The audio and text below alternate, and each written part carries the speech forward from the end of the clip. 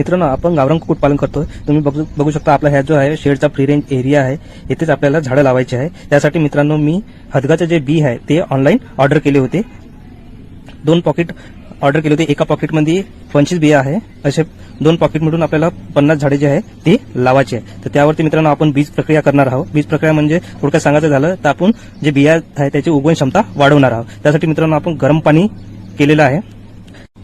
गरम पाणी मित्रांनो थोडं थंड होऊ द्यायचं. एवढं की जास्त गरम पण नाही पाहिजे, थोडं जास्त थंड पण नाही पाहिजे.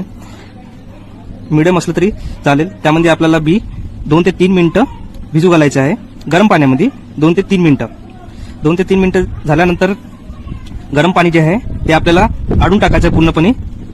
आणि त्यामध्ये आपल्याला साधं पाणी जे आपलं घरी जे आपण पिण्यासाठी वापरतो ते साधं पाणी जे आहे ते घ्यायचं आहे. आणि त्यामध्ये हे जे आपण बियाणे आहे ते 12 तासासाठी ठेवायचं आहे. बरोबर 12 तासापर्यंत आपल्याला 11 ते 12 तास त्या साधं जे थंड पाणी आहे त्यामध्ये राहू द्यायचं आहे.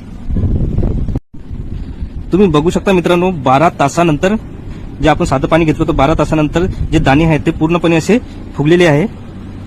आता मित्रांनो हे जे पाणी आहे हे आपल्याला बाहेर काढून टाकायचं आहे, बाहेर फेकून द्यायचं आहे. त्यानंतर एक ओला कॉटन कपडा घेऊन त्यामध्ये हे बी अशा प्रकारे ठेवायचं आहे.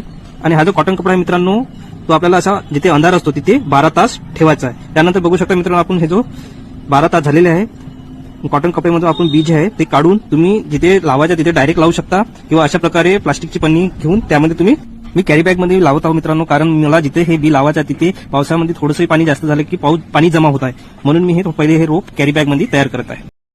जवळपास 1.5 महिन्यानंतर रोप जे आहे एवढी मोठी झाली मित्रांनो. खूप छान असा रिझल्ट भेटलेला आहे आपल्याला. आता हे जे रोप आहे आपण आपल्या फ्री रेंज एरियामध्ये लावणार आहोत.